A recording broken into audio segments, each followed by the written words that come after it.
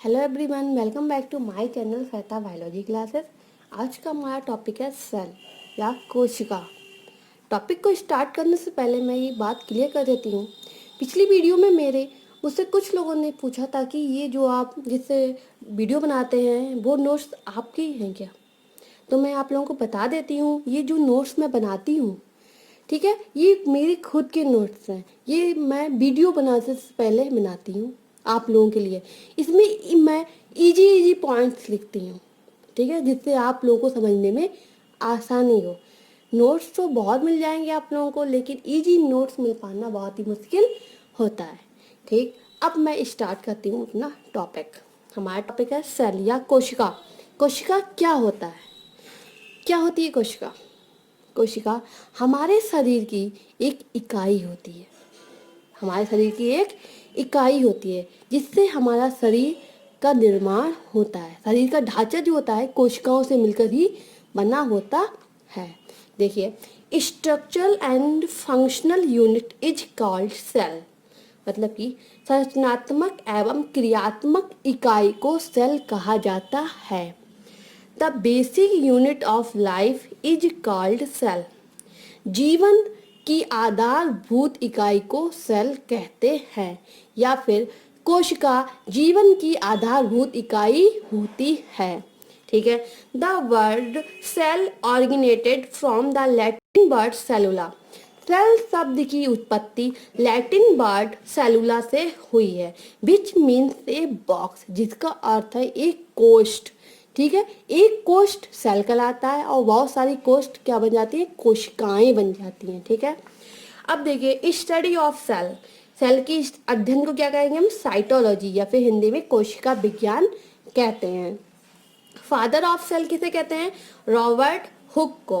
Robert Hooke ने एक book लिखी थी माइक्रोग्राफिया 1665 में। उसमें इन्होंने सेल का जिक्र किया था। तो फादर ऑफ सेल किसे कहेंगे, रॉबर्ट हुक को कहते हैं। ठीक है। उसके बाद देखिए, Leeuwenhoek discovered the cell on living cell in 1674। Leeuwenhoek ने सेल की खोज जीवित कोशिकाओं में की थी। किसमें की थी, जीवित कोशिकाओं में। लेकिन रॉबर्ट हुक ने सेल की खोज किसमें की थी, निर्जीव सेल में, मृत कोशिकाओं में की थी। लेकिन ल्यूवेन हॉक ने सेल की खोज किसमें की थी, जीवित कोशिकाओं में। कौन सी सन में, 1674 में। ठीक है। आगे देखिए, cell theory is given by Schleiden and Schwann 1839। Cell theory, कोशिकावाद का सिद्धांत, स्लाइडन एंड सॉन ने 1839 ईस्वी में दिया था। ठीक है। अब हम लोग देख लेते हैं यूनिसेलुलर ऑर्गेनिज्म क्या होते हैं और मल्टी सेलुलर ऑर्गेनिज्म क्या होते हैं। यूनिसेलुलर वह होते हैं जिनका शरीर एक कोशिका से मिलकर बना होता है। जिनका शरीर एक कोशिका से मिलकर बना होता है। देखिए, यूनि मीन्स होता है वन और सेलुलर मीन्स होता है शेल। मतलब कि एक कोशिका से मिलकर जिन जीवों का शरीर बना होता है उन्हें कहते हैं यूनिसेलुलर ऑर्गेनिज्म। ठीक है। कौन कौन से होते हैं यूनिसेलुलर ऑर्गेनिज्म, हमारा बैक्टीरिया हो गया, प्रोटोजोआ, प्रोटोजोआ में जैसे कि आपका अमीबा, पैरामीशियम, यूलिना, ये सारे काय में होते हैं हमारे प्रोटोजोआ में। ठीक है। उसके बाद ईस्ट, ईटीसी ऑर्गेनिज्म कैसे होते हैं, हमारे यूनिसेलुलर ऑर्गेनिज्म होते हैं। उसके बाद देखिए, मल्टी सेलुलर, मल्टी मीन्स तो आपको पता होगा बहुत सारे, cellular means cell, organism means जीव। ठीक है। मल्टी सेलुलर का मतलब होता है बहुत सी कोशिकाओं से मिलकर जिन जीवों का शरीर बना होता है उन्हें हम कहते हैं मल्टी सेलुलर ऑर्गेनिज्म। कौन से होते हैं, जैसे कि हमारा प्लांट्स हो गया, एनिमल्स हो गए, कैसे होते हैं, मल्टी सेलुलर ऑर्गेनिज्म होते हैं। ठीक है, इतना समझ में आ गया। आगे देखिए, सेल, एक जैसे कि हमारी एक सेल है, ठीक है, जब बहुत सारी सेल आपस में मिल जाती हैं तो क्या बनता है, हमारा टिश्यू। टिश्यू मतलब कि ऊतक बन जाता है। क्या बन जाता है, ऊतक। जब बहुत से ऊतक आपस में ज्वाइंट हो जाते हैं तो हमारा क्या बनता है, ऑर्गन। ऑर्गन मीन्स अंग, जैसे कि आपका स्टमक हो गया, इंटेस्टाइन हो गया, आपका हार्ट हो गया, ये सारे क्या हो गए, हमारे ऑर्गन हो गए बॉडी के। ठीक है। जब बहुत से ऑर्गन आपस में मिलते हैं तो क्या बनता है, ऑर्गन सिस्टम, मतलब कि अंग तंत्र बनते हैं। जैसे कि आपका डाइजेस्टिव सिस्टम हो गया, रिस्पायरेटरी सिस्टम हो गया, सर्कुलेटरी सिस्टम हो गया, ये सारे क्या हो गए, अंग तंत्र हो गए हैं। ठीक है। फिर जब तंत्र आपस में, बहुत सारे तंत्र आपस में मिलते हैं तो क्या बनता है, एक जीव बनता है, ऑर्गेनिज्म बनता है। जीव का मतलब कि मनुष्य भी हो सकता है या फिर एनिमल भी हो सकता है, ठीक है, कोई भी होता है। जीव में सारे जीव आते हैं, ठीक है। तो बहुत सारे अंग तंत्र मिलकर क्या बनाते हैं, एक जीव बनाते हैं। जहाँ बहुत सारे जीव होंगे वहाँ क्या होती है, पॉपुलेशन होती है, ठीक है। इतना समझ में आ गया होगा आप लोगों को। आगे बढ़ते हैं हम लोग। देखिए, टाइप ऑफ सेल, कोशिका के प्रकार। दीज आर टू टाइप्स, कोशिका कितने प्रकार की होती है, दो प्रकार की होती है। कौन कौन सी, प्रोकैरियोटिक, यूकैरियोटिक। कौन कौन सी, प्रोकैरियोटिक एंड यूकैरियोटिक कोशिका। देखिए, प्रोकैरियोटिक को कैसे हम लोग समझेंगे। देखिए, प्रो को अलग कर लेंगे एंड कैरियोटिक को अलग कर लेंगे, ठीक है। देखिए, प्रो मीन्स होता है प्रिमिटिव, प्रो मीन्स क्या होता है हमारा, primitive. And karyotic, karyon, karyon means होता है हमारा न्यूक्लियस, ठीक है। Pro means primitive, karyon means nucleus. Primitive means होता है बहुत महीन या आग, और न्यूक्लियस मीन्स होता है केंद्रक, मतलब कि जिसमें वह कोशिका जिसमें केंद्रक का अभाव होता है उसे हम क्या कहते हैं, प्रोकैरियोटिक सेल कहते हैं। तो आप अगर इसको नाम से ही डिफाइन करना चाहें तो डिफाइन कर सकते हैं। प्रो मीन्स होता है प्रिमिटिव, कैरियोटिक मीन्स होता है न्यूक्लियस, जिसमें केंद्रक का अभाव होता है उसे हम कहते हैं प्रोकैरियोटिक सेल, ठीक है। अब हम लोग इसके फीचर्स देख लेते हैं। देखिए, प्रोकैरियोटिक सेल किस में पाई जाती है, हमारी बैक्टीरिया में पाई जाती है, ब्लू ग्रीन एल्गी में पाई जाती है, माइक्रोप्लाज्मा में और आदि में पाई जाती है। अब देखिए, यहाँ पर एक माइक्रोप्लाज्मा का नाम आया है। माइक्रोप्लाज्मा क्या है, माइक्रोप्लाज्मा में सबसे छोटी कोशिका पाई जाती है। सबसे छोटी कोशिका किसमें पाई जाती है, हमारे माइक्रोप्लाज्मा में। ये बहुत इंपॉर्टेंट टॉपिक यहाँ पर आया था तो मैंने आप लोगों को बता दिया, ठीक है। आगे देखिए, अगला फीचर है इसका, nuclear membrane and cell organelles absent. Prokaryotic जो आपकी सेल होती है उसमें न्यूक्लियर मेम्ब्रेन या कोशिका भित्ति and cell organelle, cell organelle मतलब कोशिकांग अब्सेंट होते हैं। मतलब कोशिकांग का मतलब क्या होगा आपके, जैसे कि आपका गोल्गी कॉम्प्लेक्स हो गया, एंडोप्लाज्मिक रेटिकुलम हो गया, माइटोकॉन्ड्रिया हो गया, ईटीसी क्या होता है इसमें अब्सेंट होंगे। अभी आगे आप डायग्राम देखेंगे तो आपको समझ में अच्छे से आ जाएगा।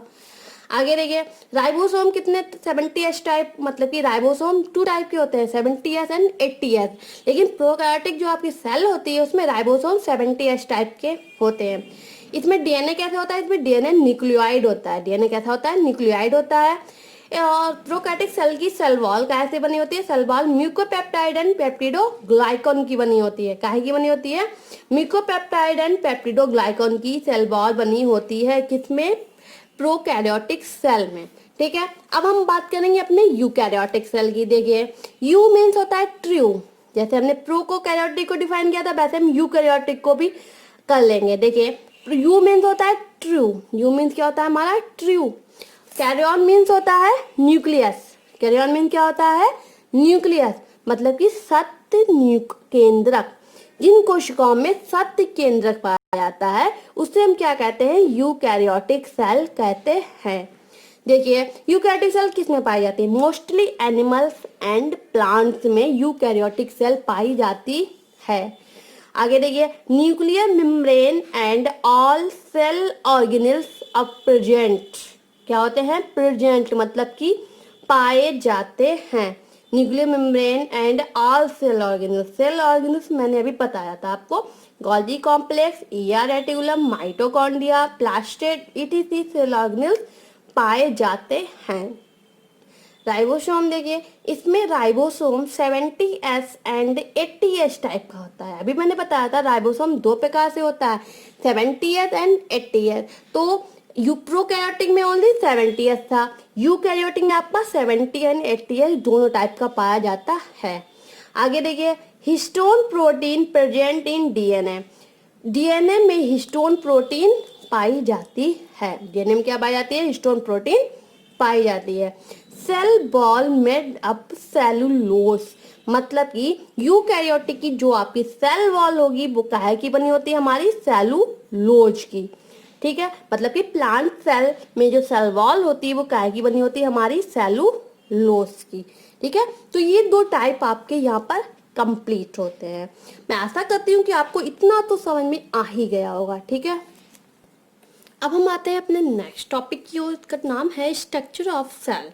सेल की संरचना या कोशिका की संरचना। देखिए, मैंने कोशिका की संरचना को इस टेबल में पूरा डिवाइड कर दिया है, जिससे आपको बहुत अच्छी तरीके से समझ में भी आ जाएगा और आप कभी भूलेंगे भी नहीं। ठीक है, सेल की संरचना क्या होती है? देखिए, मैंने यहाँ पे 2 सेल बना रखी हैं। अभी बताया था मैंने आपको, सेल 2 टाइप की होती हैं, यूकैरियोटिक एंड प्रोकैरियोटिक। देखिए, ये यूकैरियोटिक सेल का डायग्राम है, ये प्रोकैरियोटिक सेल का डायग्राम है। ठीक है, तो सेल के अंदर पाए जाने वाले कोशिकांग ही मिलकर सेल की संरचना बनाते हैं।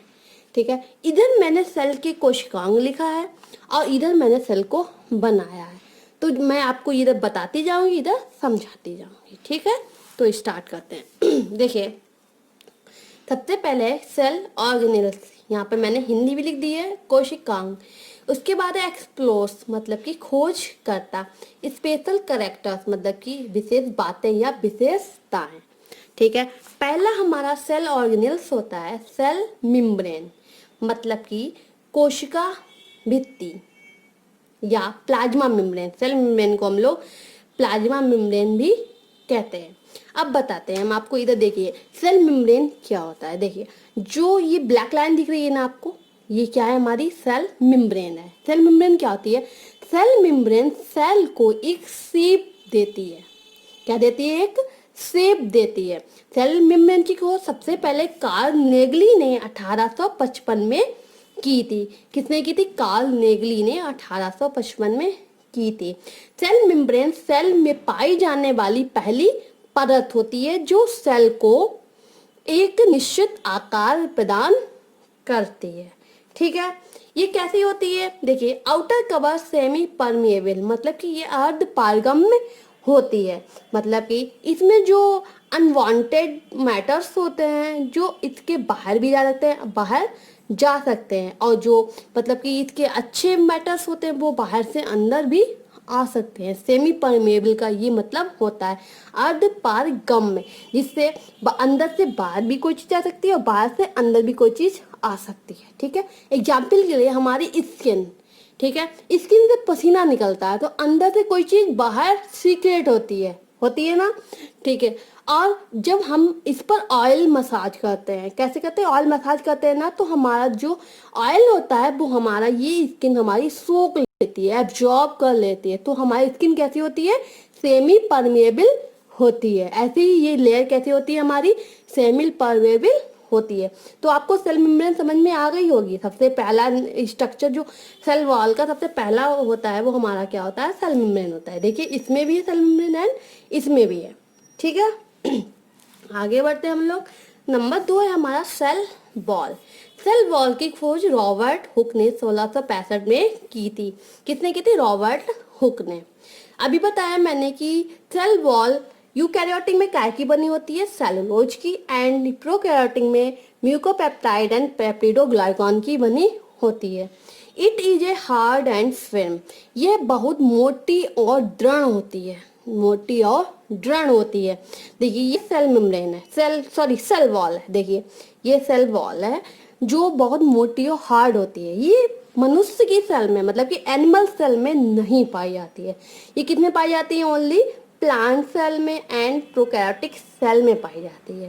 देखा होगा आप लोगों ने, प्लांट का जो स्टेम होता है वो कितना हार्ड होता है ना हार्ड, और हमारी जो स्किन होती है वो कितनी सॉफ्ट होती है, इसको दबा सकते हैं। एंड प्लांट का जो स्टेम होता है उसको हम दबा नहीं सकते हैं। तो कैसी होती है सेल वॉल?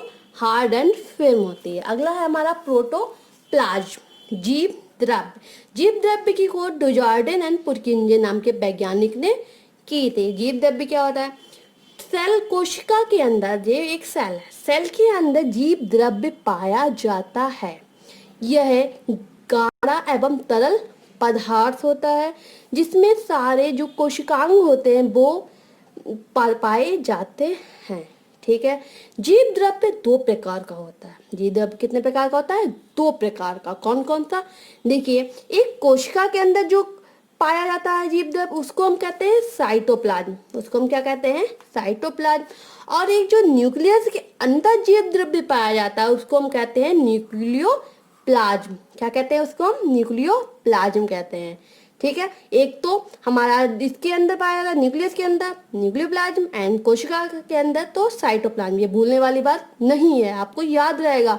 जीव द्रव्य दो प्रकार का होता है, न्यूक्लियस के अंदर न्यूक्लियोप्लाज्म एंड सेल के अंदर साइटोप्लाज्म। ठीक है, आगे आइए, अब हम देखते हैं हमारा माइटोकॉन्ड्रिया। माइटोकॉन्ड्रिया क्या होता है, देखिए ये स्ट्रक्चर आप लोग देख रहे हैं, ये हमारा क्या है, माइटोकॉन्ड्रिया का। ये क्या है का हमारा स्ट्रक्चर है, माइटोकॉन्ड्रिया। माइटोकॉन्ड्रिया की खोज अल्टमान ने 1890 में की थी एंड सी बेंडा ने इसको 1897 में माइटोकॉन्ड्रिया नाम दिया। ठीक है, माइटोकॉन्ड्रिया को power house of the cell कहते हैं। क्या कहते हैं, power house of the cell, मतलब कि कोशिका का ऊर्जा केंद्र कहते हैं। क्या कहते हैं, ऊर्जा केंद्र। देखिए माइटोकॉन्ड्रिया में सबसे ज्यादा एनर्जी प्रोड्यूस होती है। अगर सेल में कहीं पर कुछ ऊर्जा की कमी हो गई है तो उसकी पूर्ति कौन करेगा, उसकी पूर्ति करेगा माइटोकॉन्ड्रिया। इसीलिए इसको power house of the cell कहते हैं, या फिर इसको रिस्पायरेटरी सेंटर भी कहते हैं, श्वसन केंद्र भी कहा जाता है। किसको, माइटोकॉन्ड्रिया को। ठीक है, हमारा अगला है कोशिकांग, राइबोसोम। क्या है, राइबोसोम। देखिए राइबोसोम की खोज पैलाडे ने 1955 में की थी एंड रिचार्ड बी रॉबर्ट्स ने 1958 में इसको राइबोसोम नाम दिया। ठीक है, राइबोसोम क्या होते हैं, देखिए एक राइबोसोम ये तो बिखरे रहते हैं सेल में, पूरी सेल, ये सेल है हमारी, इसमें राइबोसोम देखिए बिखरे हुए हैं, देखिए यहाँ पर सब बिखरे हुए हैं ना, ये यूकैरियोटिक है, ये प्रोकैरियोटिक है। ठीक है, कुछ राइबोसोम हमारे देखिए यहाँ एंडोप्लाज्मिक रेटिकुलम के ऊपर भी पाए जाते हैं, देखिए ये महीन से पाए जा रहे हैं। ठीक है, आगे देखिए it is made of protein and RNA. ये प्रोटीन एंड आरएनए से मिलकर बने होते हैं। कौन, राइबोसोम। राइबोसोम टू टाइप के होते हैं, 70S एंड 80S टाइप के होते हैं। यूकैरियोटिक में 70S एंड 80S दोनों टाइप के होते हैं, प्रोकैरियोटिक में 70S टाइप के होते हैं। ठीक है, आगे देखिए हेल्पफुल इन प्रोटीन सिंथेसिस, मतलब कि ये प्रोटीन सिंथेसिस में राइबोसोम हेल्पफुल होते हैं। इन्हें प्रोटीन फैक्ट्री भी कहते हैं, इन्हें क्या कहते हैं, प्रोटीन फैक्ट्री भी कहते हैं, क्योंकि राइबोसोम में प्रोटीन बहुत ज़्यादा होती है। अगर सेल में प्रोटीन का कहीं यूज हो रहा है तो उसकी पूर्ति कौन करेगा, आपका राइबोसोम करता है, इसलिए इसको प्रोटीन फैक्ट्री भी कहा जाता है। इतनी बात समझ में आ गई। आगे बढ़िए, हम लोग का आता है लाइसोसोम। लाइसोसोम की खोज डी ड्यूबे ने 1955 में की थी। लाइसोसोम क्या होता है, लाइसोसोम इसमें 24 टाइप के एंजाइम भी पाए जाते हैं जो बाहर, मतलब कि बाहर से आने वाले प्रोटीन, कार्बोहाइड्रेट एंड वायरसेस को डाइजेस्ट करने का कार्य भी कहते हैं। लाइसोसोम को सुसाइडल बैग, मतलब कि आत्महत्या की थैली भी कहा जाता है, क्योंकि कभी कभी ये एंजाइम हार्मफुल हो जाते हैं और ये पूरी सेल जो होती है हमारी फट जाती है ओनली लाइसोसोम के कारण, इसलिए इसको सुसाइडल बैग या आत्महत्या या आत्मघाती की थैली भी कहा जाता है। किसको कहा जाता है, हमारे लाइसोसोम को। ठीक है, आगे बढ़ते हैं। हमारा अगला कोशिकांग है गोल्जी कॉम्प्लेक्स। गोल्जी कॉम्प्लेक्स का नाम गोल्जी कॉम्प्लेक्स क्यों पड़ा, क्योंकि इसकी खोज कैमिलो गोल्जी नाम के वैज्ञानिक ने 1898 में की थी। उनके नाम के सरनेम के कारण ही इनका नाम, इस कोशिकांग का नाम गोल्जी कॉम्प्लेक्स रखा गया।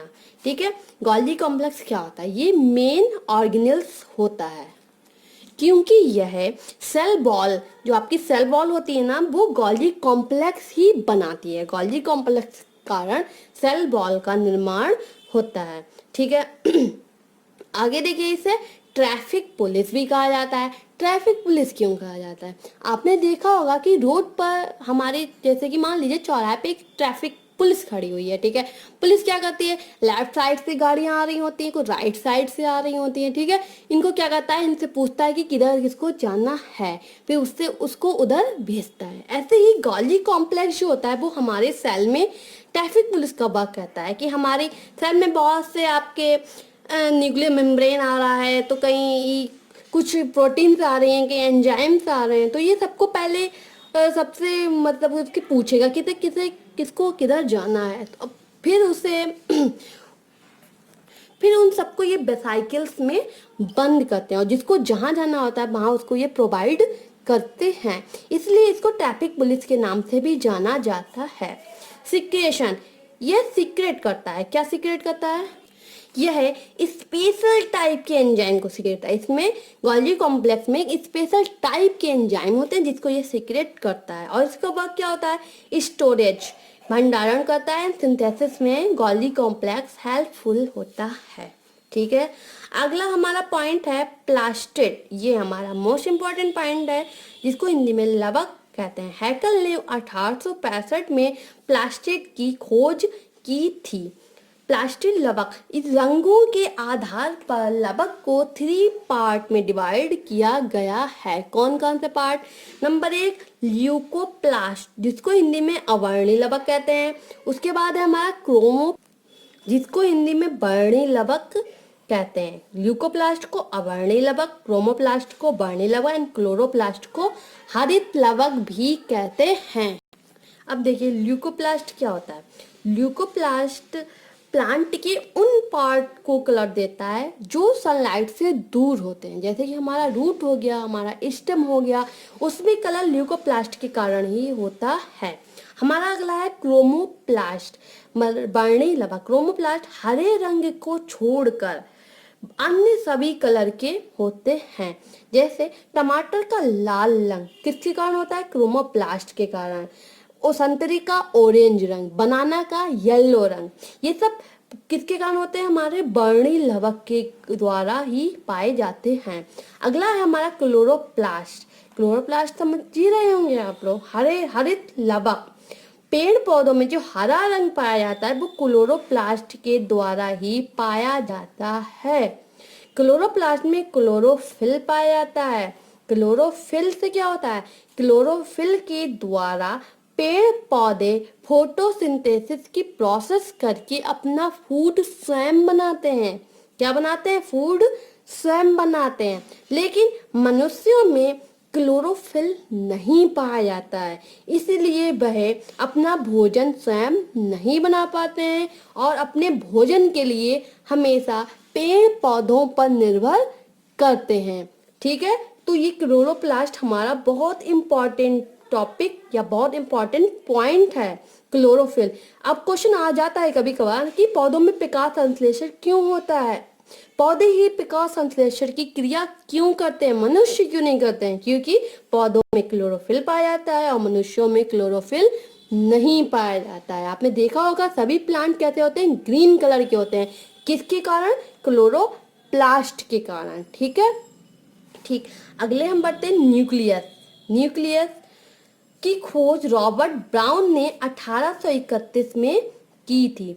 न्यूक्लियस को ब्रेन ऑफ द सेल कहा जाता है, या फिर केंद्रक को कोशिका का ब्रेन या दिमाग या मस्तिष्क कहा जाता है, क्योंकि शरीर की सभी क्रियाओं का नियंत्रण कहाँ होता है? हमारे दिमाग में होता है। ठीक उसी प्रकार पूरी कोशिका के सभी कार्यों का नियंत्रण कहाँ होता है? हमारे न्यूक्लियस, केंद्रक में होता है। ये क्या है हमारा? ये दिख रहा है ना आपको? ये क्या है? ये केंद्रक होता है। ठीक है, केंद्रक। आगे देखिए केंद्र में क्या क्या पाया जाता है। देखिए केंद्रक में हमारा क्रोमो, ये देखिए आप ब्लैक कलर के दिख रहे हैं ना, ये हमारे क्या है? क्रोमोसोम, या फिर हिंदी में गुणसूत्र होते हैं। इसके अंदर हमने बताया था आपको अभी, न्यूक्लियोप्लाज्म, प्रोटोप्लाज्म 2 पार्ट होते हैं। साइटोप्लाज्म जो सेल के अंदर होता है, न्यूक्लियोप्लाज्म जो हमारा न्यूक्लियस के अंदर पाया जाता है। ठीक है, न्यूक्लियोप्लाज्म मतलब कि यही द्रव होता है जिसके अंदर सारे पार्ट्स होते हैं। उसके बाद देखिए हमारा क्या होता है, इसमें न्यूक्लियोलस पाई जाती है, केंद्रिका पाई जाती है। केंद्रिका का क्या भाग होता है? केंद्रिका का बस इतना हेल्प होती है, ये सेल डिवीजन में हेल्प करती है। सेल डिवीजन मतलब कि मियोसिस एंड माइटोसिस होती है, जब समसूत्री या अर्धसूत्री विभाजन होता है तो उसमें न्यूक्लियोलस हेल्प करती है। ठीक है, इसकी बाहरी मेम्ब्रेन को कहते हैं न्यूक्लियर मेम्ब्रेन कहते हैं। ठीक है, आगे देखिए इसमें डीएनए पाया जाता है, इनमें क्रोमोसोम पाए जाते हैं। ये क्या होता है? सेल ग्रोथ एंड डिवीजन में हेल्प करता है, मतलब कि सेल की वृद्धि और डिवीजन में हेल्पफुल होता है। कौन? हमारा न्यूक्लियस, हमारा केंद्रक। इतनी बात समझ में आई आप लोगों को? आगे देखिए, लास्ट टॉपिक है हमारा, लास्ट ऑर्गेनल्स है हमारा एंडोप्लाज्मिक रेटिकुलम या ER रेटिकुलम। ठीक है, ER रेटिकुलम की खोज KR पोर्टर ने 1945 में की थी। किसने की थी? KR पोर्टर ने 1945 में की थी। ठीक है, ER रेटिकुलम देखिए, ये ER रेटिकुलम होते हैं हमारे पतली ट्यूब जैसी नलिका होती है जिस पर राइबोसोम पाए जाते हैं। देखिए, इस पर राइबोसोम बहुत सारे पाए जाते हैं। ठीक है, इसका वर्क क्या होता है? इसका वर्क देख लीजिए, स्टोरेज ऑफ ग्लाइकोजन। ये ग्लाइकोजन को स्टोर करता है अपनी बॉडी में, मतलब कि अपने पार्ट्स में ये ग्लाइकोजन को स्टोर करता है। इंट्रासेलुलर ट्रांसपोर्ट, इंट्रासेलुलर ट्रांसपोर्ट का क्या मतलब होता है?